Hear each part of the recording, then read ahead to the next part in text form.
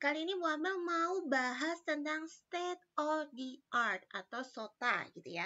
Apa sih ini gitu ya. Nah, tentunya sebelum kita mulai ke slide berikutnya, agar pembelajaran kita menjadi berkah di mata Allah gitu ya, dan kita diberikan kebermanfaatan ke depannya gitu ya. Mari kita berdoa menurut agama masing-masing. Dengan sikap sempurna, berdoa dipersilahkan. Berdoa selesai. Oke adik-adik, yuk apa sih state of the art gitu ya? Ini khususnya untuk materi praktikum dasar-dasar penelitian gitu ya. Nah, di sini Bu Amal mau ajak kalian tahu ya. Di awal video pertama kali tentang dasar-dasar penelitian, Bu Amal sudah pernah bahas bahwa salah satu poin penilaian dalam ujian tengah semester adalah ketercapaian kalian dalam membuat state of the art. Nah, state of the art atau SOTA ini apa sih gitu ya? Nah, state of the art ini berisi tentang perkembangan terkini suatu topik yang dihasilkan oleh masyarakat peneliti di seluruh dunia. Ya, jadi kita tahu nih, tahun sekian penelitian tentang apa, tahun sekian penelitian tentang apa, hingga ke tahun kita sekarang, Dek. Ya, topiknya tentang apa. Nah, ini juga berlaku untuk pengabdian masyarakat, kewirausahaan, dan bidang ilmu lainnya. Gitu ya. Kemudian, nah, kita dengan adanya state of the art ini atau SOTA ini, kita bisa tahu gitu ya kontribusi kita dalam riset yang kita jalankan tuh apa. Ya, ada nggak sih gitu ya unsur keterbaruan di dalamnya? Ya, karena apa? Percuma kalau kita hanya mengulang, kita tidak memberikan kontribusi positif. Artinya apa? Penelitian itu tidak harus serta-merta berbeda. Ya, tapi memberikan sedikit unsur berbeda saja dan itu bermanfaat, maka itulah titik penting dari suatu penelitian, pengabdian maupun tindak kewirausahaan. Ya, nanti akan Bu Amel ajak deh. Maksudnya apa sih Bu mengganti sedikit gitu ya? Oke, next. Kemudian ya, tujuan kenapa kita harus bisa bikin state of the art atau SOTA gitu ya. Ini adalah agar tidak terjadinya duplikasi. Ya, kemudian plagiarisme ide ya. Jadi di topik sebelumnya, di video sebelumnya Bu Amel udah bahas tentang apa itu plagiarisme. Ya, kemudian gitu ya Dek ya, untuk apa berikutnya? Supaya tidak ada redundansi dari penelitian. Paham ya? Next, kemudian, nah sarannya gitu ya, ini menurut Arya Hadi Darmawan gitu ya, yang namanya state of the art atau yang menjadi rujukan dalam penyusunan state of the art itu 75%-nya harus berdasarkan jurnal internasional. Nah, ini Bu Amel, Bu Widya, Bu Titi, dan Bu Uli sepakat gitu ya bahwa nanti untuk state of the art-nya punyanya kita yang proposal PKM, maka kita bikin sebisa mungkin ada jurnal internasionalnya dan ada mayoritas adalah jurnal nasional terakreditasi. Nah, nanti next di pertemuan berikutnya Bu Amel dan teman-teman akan share tipe-tipe jurnal dan bagaimana googling di jurnal. Nah, tapi saat ini adalah kalian nyusun dulu state of the art-nya. Ya, jadi secara gambaran dulu aja. Nanti baru diperkuat dengan jurnal-jurnal yang kita pelajari di pekan berikutnya. Oke, kemudian. Nah, research flow atau jalannya penelitian ini adalah poin penting gitu ya dalam pelaksanaan penelitian kita. Nah, kita mau lihat nih, state of the art itu posisinya ada di mana sih gitu ya. Ya, state of the art dari sebuah research itu letaknya pertama kali adik-adik. Ya, letaknya adalah pertama kali. Kemudian dilanjutkan apa nih? Gitu ya.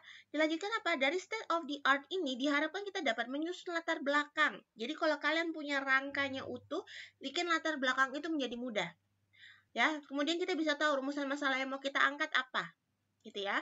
Kemudian kita bisa mengajukan pertanyaan penelitiannya. Sehingga apa? Sehingga kita tahu deh gitu ya di mana posisi kita sebagai seorang peneliti. Paham? Ya. Kemudian berikutnya, kalau kita sudah tahu posisi kita sudah menyusun latar belakang, rumusan, kemudian research question, maka apa? Tugas berikutnya adalah kita menyusun metodologi. Ya, tahapan apa saja yang akan kita lalui gitu ya untuk mewujudkan posisi kita gitu ya di state of the art yang baru ini. Ya, kemudian berikutnya apa gitu ya? Setelah itu baru dilakukanlah suatu aktivitas penelitian. Nanti luarannya adalah hasil. Ya, hasilnya itu apa? Berupa keterbaharuan, ya. Keterbaharuan sehingga nanti memiliki esensi atau sumbangsi pada state of the art yang baru. Dan seperti itu terus siklusnya. Ya. Nah, kenapa kadang proposal itu banyak gagalnya ya? Karena ini kita kadang kalau membahas latar belakang ngalor ngidul kemana-mana, gitu ya. Padahal kalau sudah ada state of the art, misalnya di tahun 2010 sudah ada penelitian tentang X, 2011 Y sampai dengan 2020 misalkan, kemudian kita rumuskan punyanya kita akan bercerita itu lebih enak. Dan pembaca dari proposal kita akan lebih mudah memahaminya. Ya, oke. Apa tadi? State of the art dipakai untuk menentukan standing position, kemudian dilakukan metodologi aktivitas penelitian sehingga kita peroleh novelty. Itulah jalannya penelitian atau research flow. Next. Nah, SOTA itu disajikan dalam bentuk roadmap penelitian. Nah, biasanya struktur yang paling sering dipakai adalah struktur ikan. Oke, alhamdulillah hujan adik-adik, semoga keberkahan menyertai kita semua gitu ya. Banyak-banyak doa ketika hujan karena malaikat itu dan Allah itu mengabulkan doa-doa di saat musim hujannya penghujan, dan semoga hujannya tidak membawa hal-hal buruk gitu ya. Oke, lanjut. Oke, SOTA disajikan dalam bentuk roadmap penelitian. Ya, atau struktur ikan. Nah, Bu Amel akan ajak kalian untuk menyusun SOTA ya dengan cara yang paling sederhana. Ya, jadi nanti tampilannya bisa macam-macam, bisa desain grafisnya tergantung kalian. Tapi inti poinnya yang akan Bu Amel sampaikan di video tutorial ini. Next. Oke, nah bagaimana sih cara menyusun roadmap penelitian atau state of the art? Ini keliru ya, Dek ya. State of the art gitu ya. Pertama adalah kalian bikin garis lurus panjang. Jadi kalian siapkan kertas putih ya, yang besar, A4 boleh, F4 boleh gitu ya. Kemudian kalian tarik garis panjang. Nah, di bagian yang tumpul, kalian beri topik besarnya apa? Ya, topik besarnya apa? Misalkan Bu Amel mau bilang tentang reduksi formalin. Ya, topik besarnya Bu Amel itu misalkan ya. Kemudian, nah di sini kita mau mengarah kemana? Novelty atau penelitian kita. Paham? Ya. Nah, untuk menentukan novelty ini tidak serta-merta kita bisa langsung tuliskan. Karena kita mau lihat dulu di tahun-tahun sebelumnya. Ya, ini di tahun-tahun sebelumnya, jadi sebelah kiri itu adalah tahun terlama, sebelah kananmu itu adalah tahun terbaru. Itu ada peristiwa penelitian apa saja atau ada kegiatan pengabdian masyarakat apa saja yang serupa. Ya, sehingga nanti di setiap titik ini gitu ya, setiap titik ini biasanya kita beri bulat seperti ini, ya. Ya, misalkan di sini, ya. Maka di bagian part penelitian dasar awalnya ini gitu ya, kita akan memperoleh informasi apa gitu ya. Nah, biasanya untuk penelitian formatnya seperti ini. Jadi kalian tuliskan nama penelitinya dalam kurung tahunnya, kemudian kalian tuliskan juga topik dia bahasnya tentang apa. Resumenya aja deh. Ya, subjek atau objek yang digunakan apa? Ya, kemudian perlakuannya bagaimana, variabel bebasnya apa, variabel terikatnya apa, kemudian variabel kontrolnya apa, gitu ya. Nah, nanti untuk variabel terikat, variabel kontrol itu yang seperti apa sih, Bu Amel? Nah, variabel bebas itu adalah variabel yang kita otak-atik, ya, yang kita jadikan eksperimen kita. Jadi kalau untuk eksperimen dia variabel bebas ya. Ya, jadi kita misalkan mau mengukur pengaruh suhu, berarti suhunya yang di otak-atik itu adalah variabel bebas ya. Kemudian kita lihat variabel terikatnya apa nih? Ya, variabel terikat judulnya aja terikat ya, atau dependent variable. Kalau variabel bebas ya independent variable gitu ya. Nah, untuk variabel terikat atau VT gitu ya, itu adalah siapa yang dipengaruhi akibat si variabel bebas. Jadi kalau variabel bebas berubah, maka variabel terikat akan berubah. Makanya dia disebut dengan variabel terikat. Paham? Ya, dia terikat dengan siapa tadi namanya? Si variabel bebasnya. Contoh tadi, Bu Amel ngomong ada pengaruh suhu. Ya, pengaruh suhu, suhunya diubah-ubah. Maka itu variabel bebas. Misalkan pengaruh suhu terhadap kadar formalin. Ya, maka kadar formalinnya akan berubah seiring dengan perubahan suhu. Maka kadar formalinnya itu yang disebut dengan apa, Adik-adik? Yang disebut dengan variabel terikat. Nah, variabel kontrol bagaimana? Variabel kontrol adalah variabel yang diberikan ya, yang diatur, yang dikontrol, ya namanya variabel kontrol ya, yang dikontrol supaya apa gitu ya, supaya variabel bebasnya atau variabel pengontrolnya tidak banyak. Contoh, kita ingin melakukan pengaruh suhu ya, pengaruh suhu pemanasan, misalnya pengaruh suhu pemanasan terhadap kadar formalin. Ya, maka yang mau kita pelajari hanya apa tadi? Pengaruh ya, suhu pemanasan. Maka yang perlu dikontrol apa? Misalkan volumenya. Jangan sampai nanti ada pengaruh suhu terus ada perbedaan volume. Ya, air 5 liter dengan air 1 liter lebih cepat mana didinginnya? Ya kan? Walaupun suhunya berbeda tetap akan berbeda kan gitu ya. Makanya volumenya diatur. Kalau semuanya 10 mili maka semuanya 10 mili. Kalau semuanya 15 mili maka semuanya 19 mili. 15 mili. Termasuk pemilihan alat pemanasnya. Dikontrol. Ya, jangan sampai satu pakai kompor, yang satu pakai oven, yang satunya lagi pakai lilin gitu kan ya. Itu jelas pasti akan berbeda gitu ya. Makanya tidak boleh memunculkan variabel bebas lain gitu ya. Sehingga kita perlukan adalah variabel kontrol gitu ya. Jadi nanti itu yang dilihat. Kemudian, metode analisisnya bagaimana? Ya, contoh dalam penetapan kadar formalin, misalkan pakai metodenya apakah pakai UV vis ya atau pakainya titrasi. Titrasi juga pakai titrasi langsung atau titrasi tidak langsung. Nah, itu yang perlu kalian cermati. Itu contohnya. Ya, atau gitu ya. Kemudian hasilnya bagaimana? Misalkan tadi kan ada pengaruh suhu terhadap kadar formalin. Oh, misalkan ternyata hasilnya semakin tinggi suhunya, maka semakin banyak formalin yang dihilangkan. Ya, itu adalah contoh cara menyajikan dari suatu data penelitian yang kira-kira apa? Yang relevan dengan topikmu. Ya, skup besarnya. Misalkan di sini tadi skup besarnya adalah reduksi kadar formalin. Maka ya topiknya tentang itu semua. Paham? Ya, termasuk misalkan milih bahannya, bahan produksinya, gitu ya. Misalkan yang satu pakai kunyit, yang satu pakai garam, yang satu pakai cuka makan, yang lain pakai apa. Nah, itu bisa dituliskan di sini. Dan ditulis urut susunan tahunnya. Bisa dipahami, Dek? Ya, itu contoh, skup kecil saja.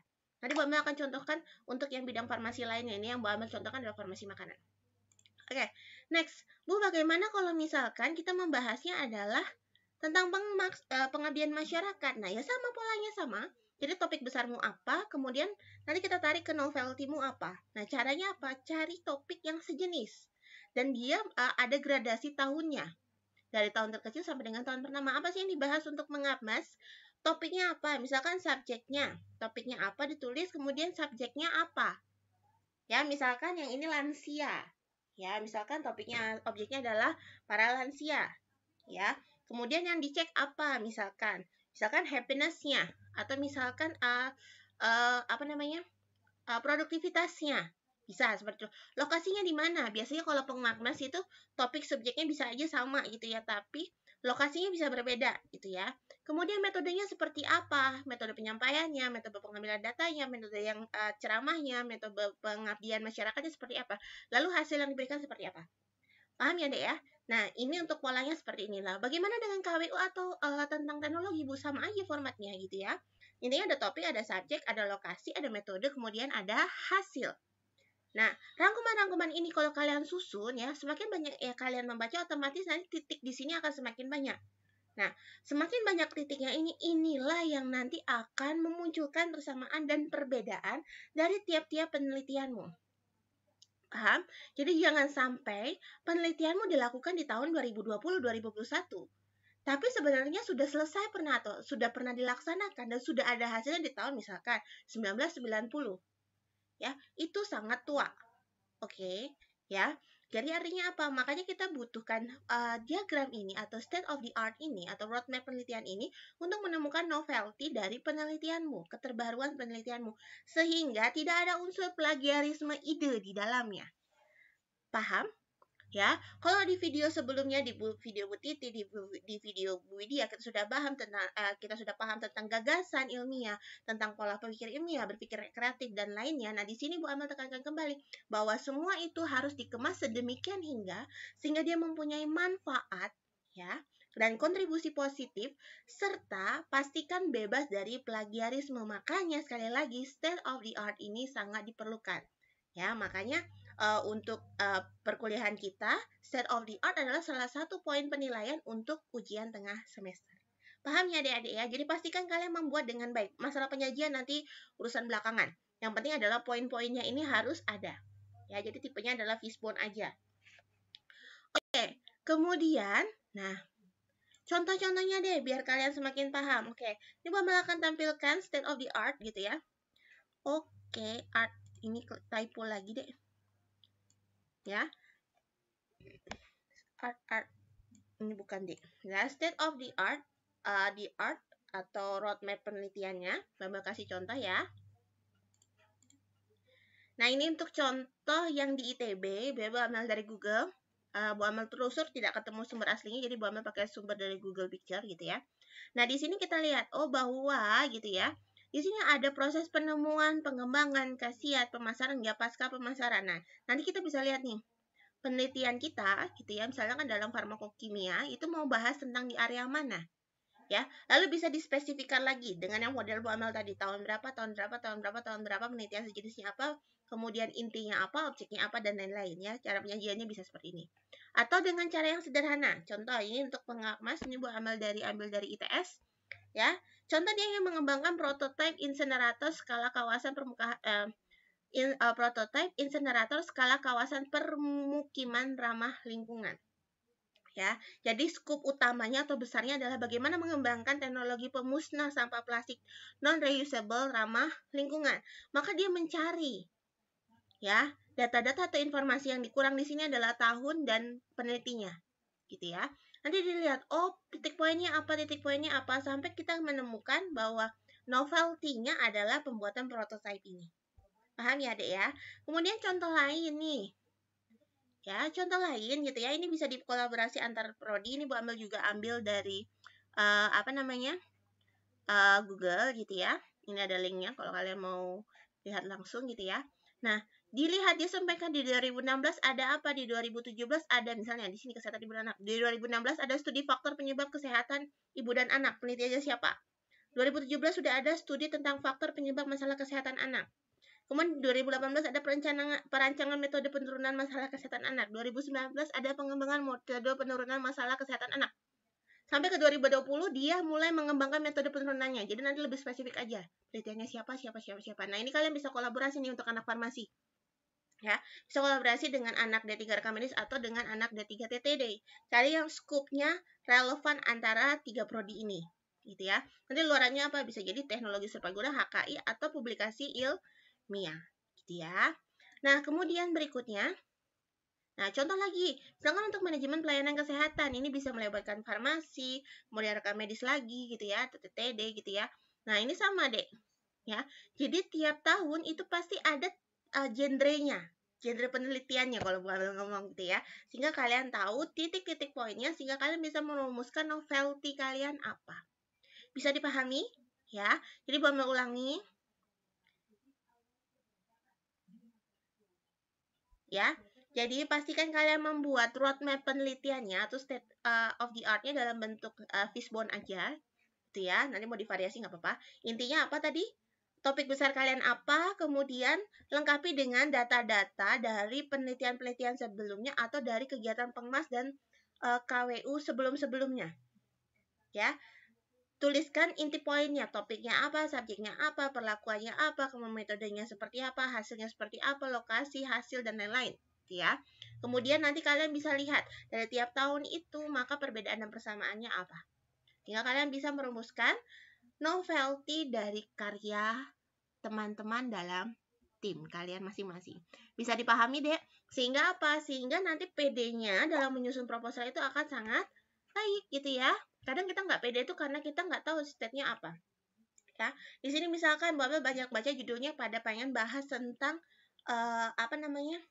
makanan anti diabetes. Coba deh kalian telusur selama dalam kurun waktu 10 tahun terakhir. Oh ya, Mbak lupa nyampein. Maka yang dilakukan, yang dituliskan di sini gitu ya. Yang dituliskan pada fishbone adalah 10 tahun terakhir. Berapa deh tadi? 10 tahun terakhir.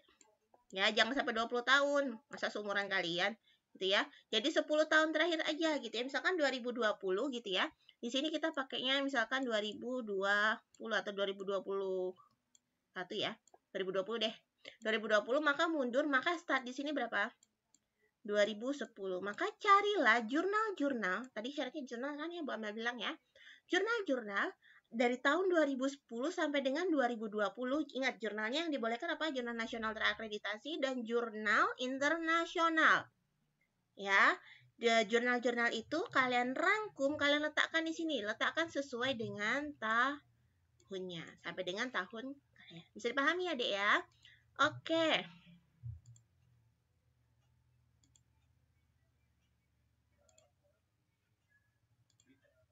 Oke.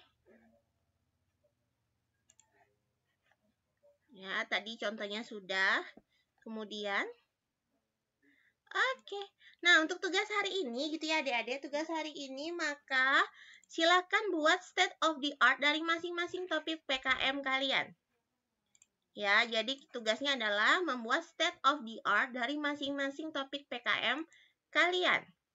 Ya, kemudian sajikan dalam bentuk PPT, jadi dalam satu, ya jadi Mama pesannya, sajikan dalam satu slide saja, ingat, dalam satu slide saja, slide PPT gitu ya. Atau boleh deh Word deh, nggak masalah. Yang penting bisa disajikan atau bisa dipresentasikan. Mama lebih suka PPT karena bisa bikin di animasi gitu ya.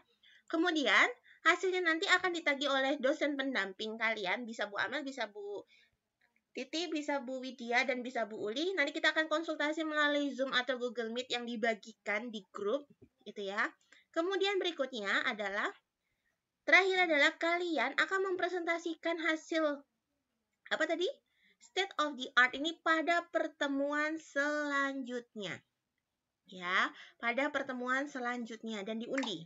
Artinya, siap tidak siap, kalian harus presentasi. Karena ini apa? Bu Amel dan teman-teman akan ambil nilai untuk UTS. Bisa dipahami adik-adik? Ya, jadi pada hari ini setelah memahami tentang plagiarisme, kita akan masuk ke penyusunan state of the art gitu ya. Pastikan kalian paham dan kalian konsultasikan rancangan state of the art kalian. Oke, gitu ya. Bu, kami punya beberapa judul. Oke, nggak apa-apa, terserah kalian. Tapi untuk yang penilaian cukup tampilkan satu saja yang terbaik. Ya, nanti perkara nanti untuk pengajuan PKM boleh lebih. Ya, lebih dari satu. Oke, sekian gitu ya dari Bu Amel dan tim dosen dosen dasar-dasar penelitian gitu ya. Untuk pertanyaan bisa diajukan di grup gitu ya. Untuk Japri mohon maaf memang beberapa hari ini Bu Amel agak slow respon, tapi insya Allah pasti akan Bu Amel balas segera. Oke, sekian dari saya. Kurang lebihnya mohon maaf, tetap ikuti protokol kesehatan dan sehat selalu ya adik-adik. Salam ceria. Sekian, wassalamualaikum warahmatullahi wabarakatuh. Sampai jumpa di video selanjutnya.